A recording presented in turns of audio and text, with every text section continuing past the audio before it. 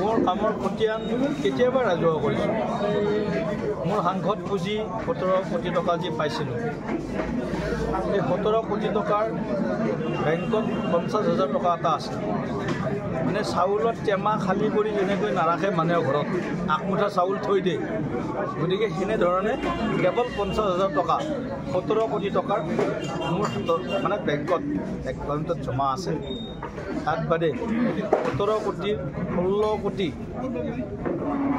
99,50,000 টকা অনুমোদন সাংসদ পুঁজিৰ ইতিমধ্যে দিয়া হৈছে।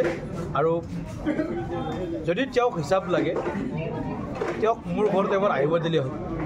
তেখেতক মই ধুনীয়াকৈ বুজাই দিম আৰু তেখেতক মই প্ৰশ্ন কৰিম। 2 বছৰ সাংসদ হৈ আৰু এবাৰ বিধায়ক হৈ তেখেতে ৰাইজৰ কাৰণে কি কি কাম কৰিলে তাৰো হিচাপ তেওঁ দিব লাগে। একচুৱেলি স্মৃতি বিভ্ৰাট হোৱা আৰম্ভ হৈছে। তেওঁৰ স্মৃতি বিভ্ৰাট এটা বৰ ডাঙৰ মানে বেমাৰ, গতিকে সেই কথাটো অকণমান মানে বৰ সমস্যা। গতিকে তেখেতৰ প্ৰতি শুভেচ্ছা জনাইছোঁ মই।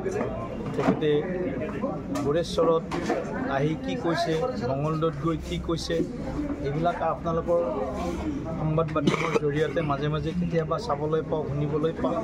কিন্তু তেখেত যে জিকিব নোৱাৰে, তেখেতৰ যে হয়তো মানে চিকিউৰিটি মানিও তেখেতৰ মানে কি বুলি কয় বাজেয়াপ্ত হ'ব পাৰে, ফৰফিট হ'ব পাৰে, সেইটোক লৈ তেখেত বেছি আজি চিন্তিত।